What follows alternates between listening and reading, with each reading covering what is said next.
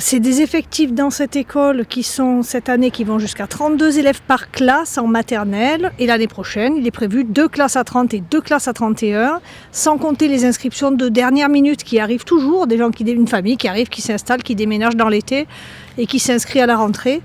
Donc, le personnel est épuisé. Elles ont déjà fait remonter des fiches SST pour faire part de leur épuisement à leur employeur.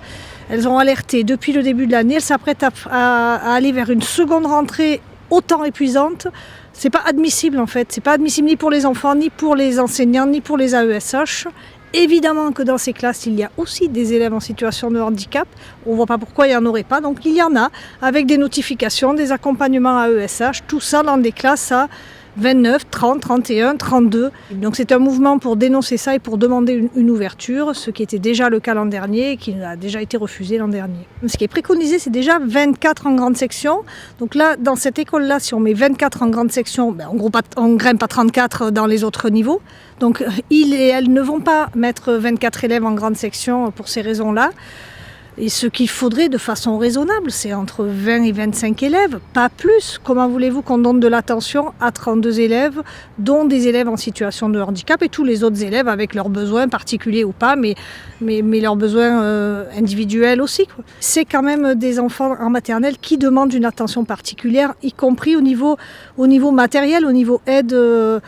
Pour tout, quoi, pour s'habiller, se déshabiller, pour écrire, pour s'occuper de leur matériel. Enfin, ils demandent une aide plus particulière. Sinon, tout va bien pour le reste du territoire ou il y a encore des soucis, voire d'autres soucis ? Tout ne va pas bien du tout, bien sûr, puisqu'on est dans une logique d'économie de moyens. Donc tout ne va pas bien du tout au niveau du handicap et des ULIS. On a de nombreux élèves qui ont leur notification pour une arrivée en ULIS et auxquels on dit « Ah, désolé, il n'y a pas de place, il va falloir attendre ». Aujourd'hui, là où c'est le plus tendu, c'est pour les ULIS collèges. Là, on est en train de dire aux enfants, cette année, quand ils sont en CM2 et qu'ils ont une notification pour aller en ULIS, on est en train de leur dire, on prend votre inscription pour la liste d'attente de 5e. Donc en 6e, ils iront en classe ordinaire avec leur handicap et puis avec ce qu'ils pourront faire.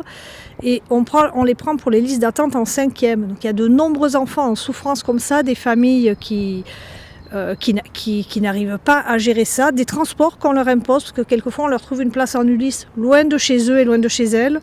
Donc des temps de transport qui leur sont imposés alors que ces enfants-là sont en situation de handicap. Donc là c'est tendu dans les écoles aussi, les ULIS actuellement à Martigues sont toutes complètes et tous les autres enfants qui ont des notifications attendront qu'une place se libère, c'est-à-dire qu'un enfant parte. Et un élève avec un handicap lourd dans une classe ordinaire sans prise en charge spécifique à l'école, ça peut être très très très difficile et pour cet élève-là, et pour les autres élèves, et pour l'enseignant, enfin pour tout le monde. S'il y a une notification pour un dispositif précis, c'est bien qu'il y a un besoin. Donc c'est difficile.